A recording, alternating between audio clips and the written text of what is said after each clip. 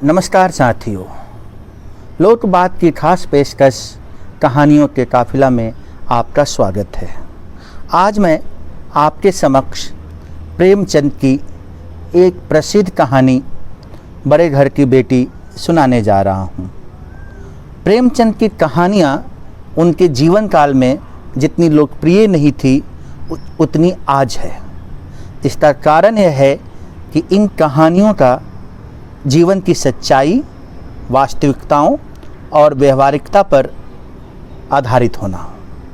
यद्यपि आज भारतीय समाज वैज्ञानिक उन्नति के कारण औद्योगिक क्रांति के युग में प्रवेश कर चुका है, फिर भी समाज की मूलभूत समस्याएं वैसी की वैसी बनी हुई है। प्रेमचंद की कहानियों में सामाजिक रीति रिवाज, जात पात, अंधविश्वास, धार्मिक कट्टरता, निर्धन दलित और खेतिहर वर्ग का शोषण, बेगारी, भ्रष्टाचार, मानवीय और सामाजिक मूल्यों का पतन, पदलोलुपता, अमर्यादित आचरण आदि आज भी हमारे समाज में उसी रूप में विद्यमान है जिस रूप में प्रेमचंद के समय में था। बड़े घर की बेटी कहानी मूलतः एक पारिवारिक परिवेश को दिखाती है। कहानी की शुरुआत ग्रामीण परिवेश से होता है जिसमें बेनी माधव सिंह जमींदार और नंबरदार हैं, लेकिन उनकी धन संपदा काफ़ी घट गई है। उनके दो पुत्र श्रीकंठ सिंह और लाल बिहारी सिंह हैं। वहीं तालुकेदार भूप सिंह की चौथी बेटी है आनंदी, जो रूपवती है, गुणवती है और आनंदी का विवाह श्रीकंठ से होता है। कहानी में आनंदी और लाल बिहारी के बीच झगड़ा हो जाता है, जिससे घर में तानातानी का माहौल पैदा हो जाता है। लेकिन कहानी के अंत के आते आते सभी कुछ ठीक हो जाता है। इसे देख पूरा गांव आनंदी की प्रशंसा में कहता है कि बड़े घर की बेटियां ऐसी ही होती हैं। तो आइए सुनते हैं प्रेमचंद की कहानी बड़े घर की बेटी आलोक रंजन पांडे की स्वर में।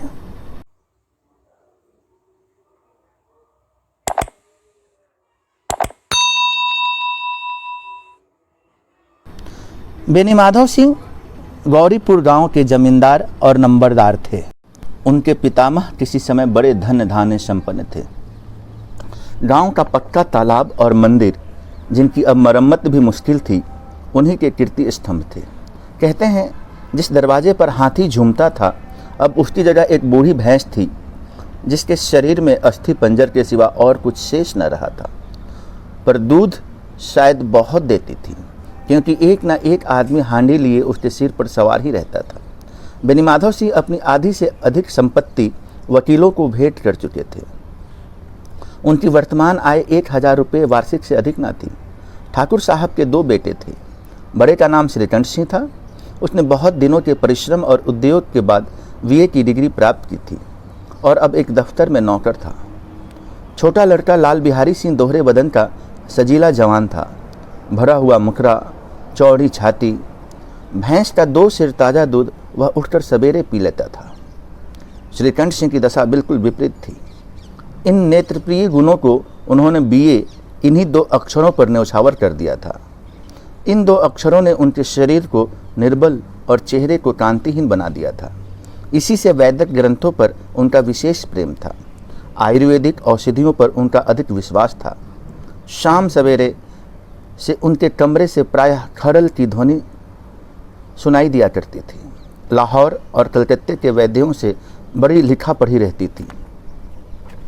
श्रीकंठ इस अंग्रेजी डिग्री के आधारित होने पर भी अंग्रेजी सामाजिक प्रथाओं पर विशेष प्रेमी न थे, बल्कि वह बहुधा बड़े जोर से उसकी निंदा और तिरस्कार किया करते थे। इससे गांव में उनका बड़ा सम्मान था। दशहरे के दिनों में वह बड़े उत्साह से रामलीला में सम्मिलित होते और स्वयं किसी न किसी पात्र का पाठ लेते थे। गौरीपुर में रामलीला के वहीं जन्मदाता थे। प्राचीन हिंदू सभ्यता का गुणगान उनकी धार्मिकता का प्रधान अंग था। सम्मिलित कुटुंब के तो वह एकमात्र उपासक थे। आजकल स्त्रियों को कुटुंब में मिलजुल कर रहने की जो अरुचि होती है, उससे वह जाति और देश दोनों के लिए हानिकारक समझते थे। यही कारण था कि गांव की ललनाएं उनकी निंदक थी। कोई कोई तो उन्हें अपना शत्रु भी समझने में संकोच न करती थी। स्वयं उनकी पत्नी को ही इस विषय में उनसे विरोध था। यह इसलिए नहीं कि उसे अपने सास ससुर, देवर या जेठ आदि से घृणा थी, बल्कि उसका विचार था कि यदि बहुत कुछ सहने और तरह देने पर भी परिवार के साथ निर्वाह न हो सके तो आए दिन की कलह से जीवन को नष्ट करने की अपेक्षा यही उत्तम है कि अपनी खिचड़ी अलग पकाई जाए। आनंदी एक बड़े उच्च कुल की लड़की थी।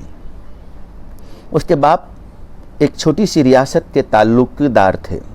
विशाल भवन, एक हाथी, 3 कुत्ते, बाज, बहरी, शिकरे, झार, फानुस, ऑनरेरी मजिस्ट्री और ऋण जो एक प्रतिष्ठित ताल्लुकेदार के भोग्य पदार्थ हैं, यहाँ सभी विद्यमान थे। नाम था भूप सिंह।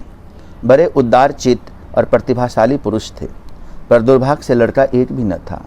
7 लड़कियां हुईं और देव वियोग से सबकी सब जीवित रहीं। पहली उमंग में तो उन्होंने 3 ब्याह दिल खोल कर किए, पर 15-20 हज़ार रुपये का कर्ज सिर पर हो गया तो आंखें खुली, हाथ सिमट लिया। आनंदी चौथी लड़की थी। वह अपनी सब बहनों से अधिक रूपवती और गुणवती थी। इससे ठाकुर भूप सिंह उससे बहुत प्यार करते थे। सुंदर संतान को कदाचित उसके माता पिता भी अधिक चाहते हैं। ठाकुर साहब बड़े धर्म संकट में थे कि इसका विवाह कहाँ करें। न तो यही चाहते थे कि ऋण का बोझ भरे, और न यही स्वीकार था कि उसे अपने को भाग्यहीन समझना पड़े। एक दिन श्रीकंठ उनके पास किसी चंदे का रुपया मांगने आए। शायद नागरी प्रचार का चंदा था। भूप सिंह उनके स्वभाव पर रिझ गए और धूमधाम से श्रीकंठ सिंह का आनंदी के साथ ब्याह हो गया। आनंदी अपने नए घर में आई तो यहाँ पर रंग ढंग कुछ और ही दिखा। जिस टीम टाम की उसे बचपन से ही आदत पड़ी हुई थी, यहाँ वह नाम मात्र को भी न थी। हाथी घोड़ों को तो कहना ही क्या, कोई सजी हुई सुंदर बहली तक न थी। रेशमी स्लीपर साथ लाई थी, पर यहाँ बाग कहाँ।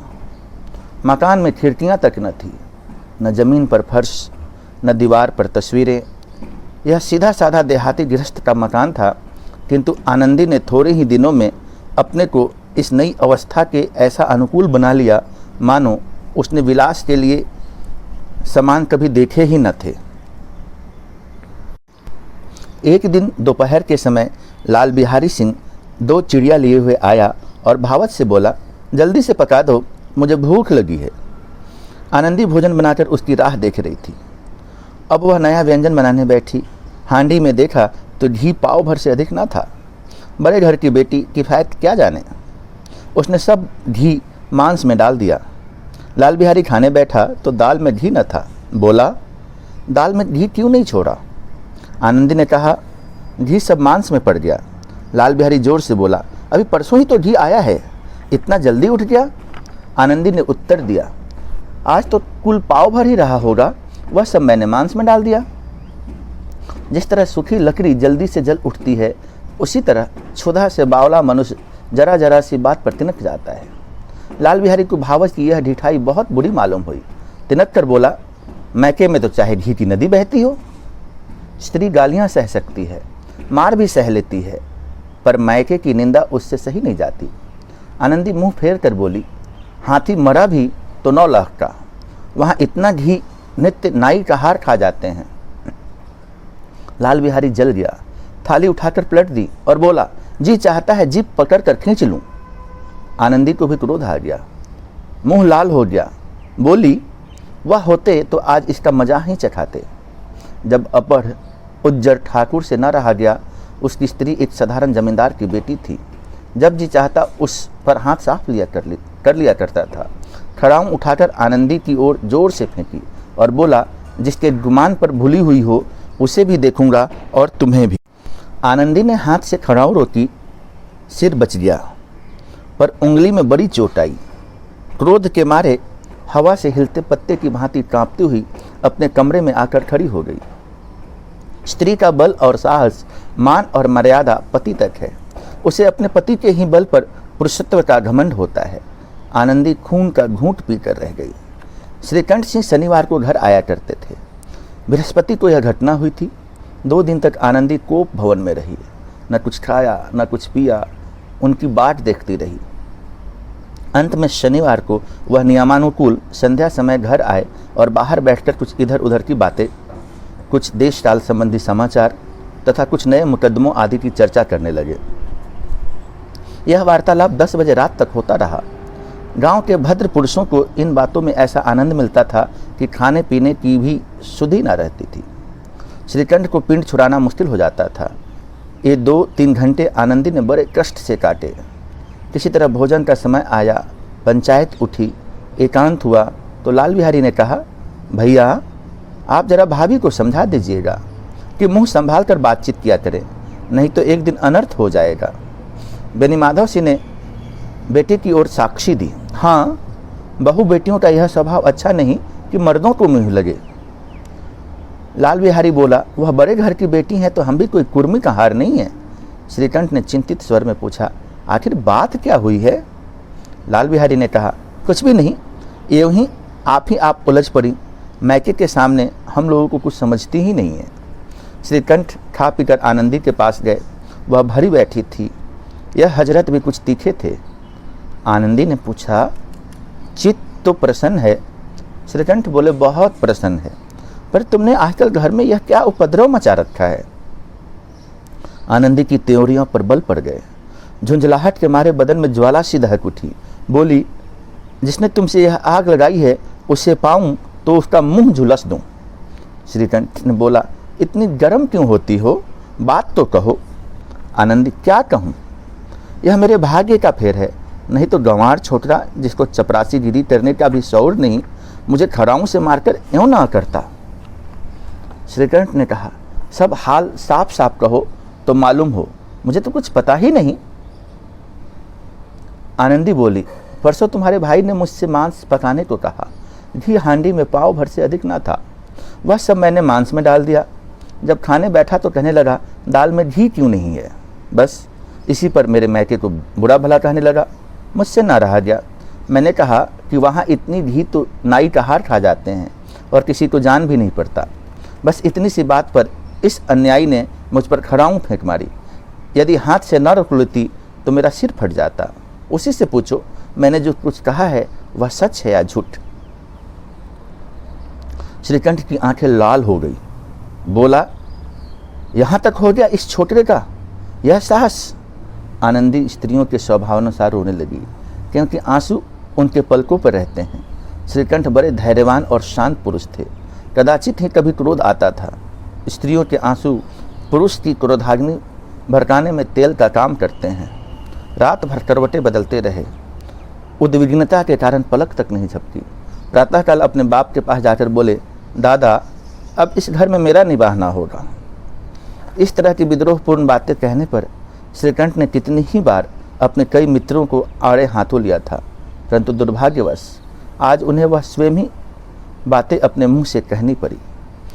दूसरों को उपदेश देना भी कितना सहज होता है। बेनी माधव से घबरा उठे और बोले, क्यों? श्रीकंठ, इसलिए कि मुझे भी अपनी मान प्रतिष्ठा का कुछ विचार है। आपके घर में अब अन्याय और हठ का प्रकोप हो रहा है। जिनको बड़ों का आदर सम्मान करना चाहिए वे उनके सिर चढ़ते हैं। मैं दूसरे को नौकर ठहरा, घर पर रहता नहीं। यहाँ मेरे पीछे स्त्रियों पर खड़ा हूँ और जूतों की बौछारें होती हैं। कड़ी बात तक किसी चिंता नहीं, कोई एक दो कह ले वहाँ तक तो मैं सह सकता हूँ, किंतु यह कदापि नहीं सह सकता कि मेरे ऊपर लात घुसे पड़े और मैं दम ना मारूं। बेनी माधव से कुछ जवाब न दे सके। श्रीकंठ सदैव उनका आदर करते थे। उनके ऐसे तेवर देखकर बूढ़ा ठाकुर अवाक रह गया। केवल इतना ही बोला, बेटा तुम बुद्धिमान होकर ऐसी बातें करते हो। स्त्रियां इस तरह घर का नाश कर देती हैं, उनको बहुत सिर चढ़ाना अच्छा नहीं है। श्रीकंठ बोले, इतना मैं जानता हूँ, आपके आशीर्वाद से ऐसा मूर्ख नहीं हूँ। आप स्वयं जानते हैं कि मेरे ही समझाने बुझाने से इस गांव में कई घर संभल गए हैं, पर जिस स्त्री की मान प्रतिष्ठा का ईश्वर के दरबार में उत्तरदाता हूँ, उसके प्रति ऐसा घोर अन्याय और पशुवत व्यवहार मुझे असह्य है। आप सच मानिए, मेरे लिए यही कुछ कम नहीं है कि लाल बिहारी को कुछ दंड नहीं देता। अब बेनी माधव से भी गरमाए। ऐसी बातें और न सुन सके। बोला, लाल बिहारी तुम्हारी भाई है, उससे जब कभी भूल चूक हो उसके कान पकड़ो। लेकिन श्रीकंठ बोला, लाल बिहारी को अब मैं अपना भाई नहीं समझता। बेनीमाधव से बोले, स्त्री के पीछे? श्रीकंठ, जी नहीं, उनकी क्रूरता और अविवेक के कारण। दोनों कुछ देर चुप रहे। ठाकुर साहब लड़के का क्रोध शांत करना चाहते थे, लेकिन यह नहीं स्वीकार करना चाहते थे कि लाल बिहारी ने कोई अनुचित काम किया है। इसी बीच गांव के कई और सज्जन हुक्के चीलम के बहाने वहां आ बैठे। कई स्त्रियों ने जब यह सुना कि श्रीकंठ पत्नी के पीछे पिता से लड़ने को तैयार है तो उन्हें बहुत हर्ष हुआ। दोनों पक्षों की मधुर वाणियाँ सुनने के लिए उनकी आत्माएं तिलमिलाने लगीं। गांव में कुछ ऐसे कुटिल मनुष्य भी थे जो इस कुल की नीतिपूर्ण गति पर मन ही मन जलते थे। वे कहा करते थे, श्रीकंठ अपने बाप से दबता है इसलिए दब्बू है, उसने विद्या पढ़ी इसलिए वह किताबों का कीड़ा है। बेनीमाधव सिंह उनकी सलाह के बिना कोई काम नहीं करते, यह उनकी मूर्खता है। इन महानुभावों की शुभकामनाएं आज पूरी होती दिखाई दी। कोई हुक्का पीने के बहाने और कोई लगान की रसीद दिखाने आकर बैठ गया। बेनीमाधव सिंह पुराने आदमी थे, इन भावों को तार गए। उन्होंने निश्चय किया, चाहे कुछ भी क्यों न हो, इन द्रोहियों को ताली बजाने का अवसर न दूंगा। तुरंत कोमल शब्दों में बोले, बेटा मैं तुमसे बाहर नहीं हूँ, तुम्हारा जो जी चाहे करो, अब तो लड़के से अपराध हो गया। इलाहाबाद का अनुभव रहित झल्लाया हुआ ग्रेजुएट इस बात को न समझ सका। उसे डिबेटिंग क्लब में अपनी बात पर अड़ने की आदत थी। इन हथकंडों की उसे क्या खबर। बाप ने जिस मतलब से बात पलटी थी वह उसकी समझ में न आया। बोला, लाल बिहारी के साथ अब इस घर में नहीं रह सकता। बेनीमाधव से बोले, बेटा बुद्धिमान लोग मूर्खों की बातों पर ध्यान नहीं देते। वह बेसमझ लड़का है, उससे जो कुछ भूल हुई उसे तुम बड़े होकर क्षमा कर दो। श्रीकंठ, उसकी इस दुष्टता को मैं कदापि नहीं सह सकता।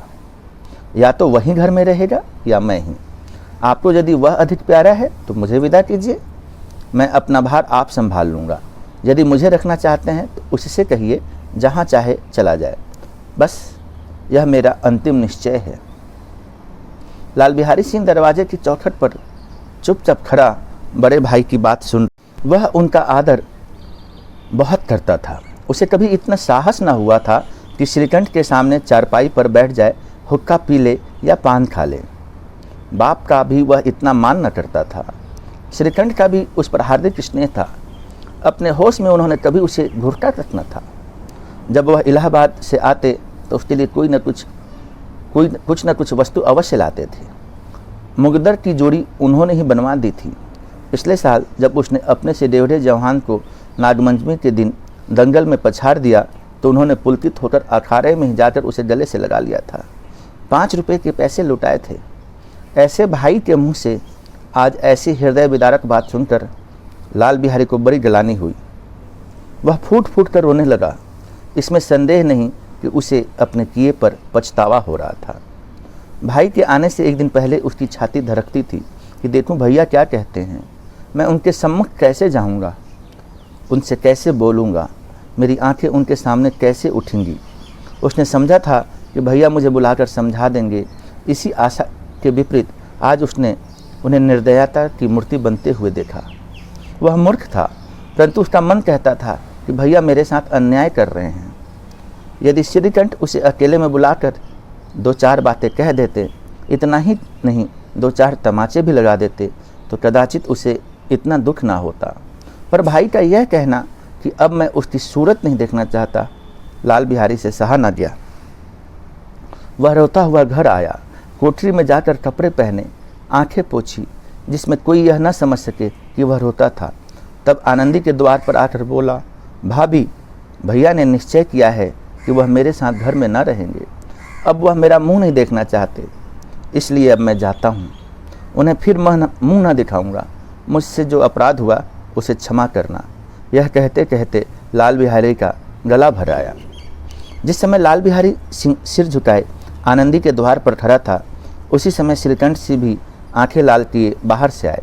भाई को खड़ा देखा तो घृणा से आंखें फेर ली और कतरा कर निकल गए, मानो उसकी परछाई से दूर भागते हैं। आनंदी ने लाल बिहारी की शिकायत तो की थी, लेकिन अब मन में पछता रही थी। वह स्वभाव से ही दयावती थी। उसे इसका तनिक भी ध्यान नहीं था कि बात इतनी बढ़ जाएगी। वह मन में अपने पति पर झुंझला रही थी कि यह इतने गर्म क्यों हो जाते हैं। उस पर यह भय भी हुआ था कि कहीं मुझसे इलाहाबाद चलने को ना कहें तो कैसे क्या करूँगी। इस बीच में जब उसने लाल बिहारी को दरवाजे पर खड़े यह कहते सुना कि अब मैं चाहता हूँ मुझसे जो कुछ अपराध हुआ क्षमा करना, तो उसका रहा सहा क्रोध भी पानी हो गया। वह रोने लगी। मन का मैल धोने के लिए नयन जल से उपयुक्त और कोई वस्तु नहीं। श्रीकंठ ने देखकर आनंदी से कहा, लाला बाहर खड़े बहुत रो रहे हैं। श्रीकंठ बोले, तो मैं क्या करूं? आनंदी ने बोला, भीतर बुला लो, मेरी जीभ में आग लगे, मैंने कहाँ से यह झगड़ा उठाया। श्रीकंठ बोला, मैं ना बुलाऊंगी। आनंदी बोली, पछताओगे, उन्हें बहुत गलानी हो गई है, ऐसा ना हो कहीं चल दें। श्रीकंठ ना उठे। इतने में लाल बिहारी ने फिर कहा, भाभी भैया से मेरा प्रणाम कह। वह मेरा मुंह नहीं देखना चाहते, इसलिए मैं भी अपना मुंह उन्हें न दिखाऊंगा। लाल बिहारी इतना कहकर लौट पड़ा और शीघ्रता से दरवाजे की ओर बढ़ा। अंत में आनंदी कमरे से निकली और उसका हाथ पकड़ लिया। लाल बिहारी ने पीछे फिर कर देखा और आंखों में आंसू भरे बोला, मुझे जाने दो। आनंदी बोली, कहाँ जाते हो? लाल बिहारी, जहाँ कोई मेरा मुंह न देखे। आनंदी बोली, मैं ना जाने दूंगी। लाल बिहारी बोले, मैं तुम लोगों के साथ रहने योग्य नहीं हूँ। आनंदी बोली, तुम्हें मेरी सौगंध, अब एक पग भी आगे न बढ़ाना। लाल बिहारी बोले, जब तक मुझे यह मालूम न हो जाए कि भैया का मन मेरी तरफ से साफ हो गया है, तब तक मैं इस घर में कदापि न रहूँगा। आनंदी बोली, मैं ईश्वर की साक्षी देकर कहती हूँ कि तुम्हारी ओर से मेरे मन में तनिक भी मैल नहीं है। अब श्रीकंठ का हृदय भी पिघला। उन्होंने बाहर आकर लाल बिहारी को गले से लगा लिया। दोनों भाई खूब फूट फूट कर रोए। लाल बिहारी ने सिसकते हुए कहा, भैया अब कभी मत कहना कि तुम्हारा मुंह न देखूंगा। इसके सिवा आप जो दर्द देंगे मैं सहर्ष स्वीकार करूंगा। श्रीकंठ ने कांपते हुए स्वर से कहा, लल्लू इन बातों को बिल्कुल भूल जाओ। ईश्वर चाहेगा तो फिर ऐसा अवसर ना आवेगा। बेनीमाधव सिंह बाहर से आ रहे थे। दोनों भाइयों को गले मिलते देखकर आनंद से पुलकित हो उठे। बोले, बड़े घर की बेटियां ऐसी ही होती हैं, बिगड़ता हुआ काम भी बना लेती हैं। जिसने भी गांव में यह वृत्तांत सुना उसी ने इन शब्दों में आनंदी की उदारता को सराहा। बड़े घर की बेटियां ऐसी ही होती हैं। कैसी लगी आपको यह कहानी बड़े घर की बेटी? ऐसे ही दिल को छूने वाली कहानियों को सुनने के लिए आप कहानियों के काफ़िले से जुड़े रहें और लोकबात चैनल को सब्सक्राइब करना ना भूलें। और यदि आप भी कोई कहानी सुनना चाहते हैं तो कमेंट बॉक्स में लिखना ना भूलें कि आप कौन सी कहानी सुनना चाहते हैं। धन्यवाद।